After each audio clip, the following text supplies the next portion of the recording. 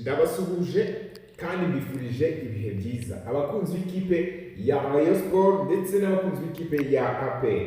Impamvu mbivuze murabiza umukino uremereye cyane ni derby izaba iri buhuze ikipe ya Rayon Sport n'ikipe ya APR. Ariko igitumye mfata aka kantu gatoya k'iminota mikeya nuko mbonye umwe mu bafana b'ikipe ya Rayon Sport natekereza ko batekereje biciriritse.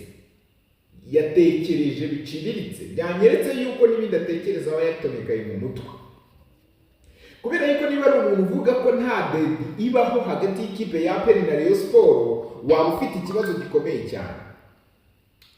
Waba uri kugenda ku marangamutima y'abafana ukibagirwa amarangamutima y'uko adversaire nawe hari kandi akomeye. Hajya koko niba nta derby iyi kipe ya Rayon Sport n'icyo gikombe yatwaye mu mwaka wa shampiyona ushize. Ese ni iki gituma wishongora bigeze aho ngaho ukavuga ngo nta derby ibaho?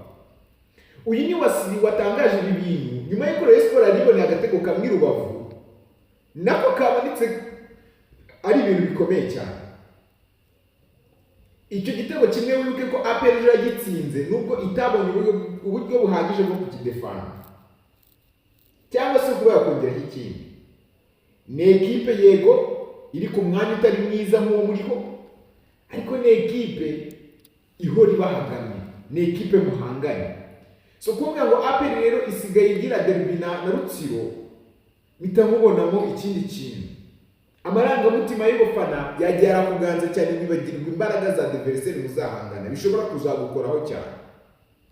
Simvuze menshi kandi igendere, ariko murabe maso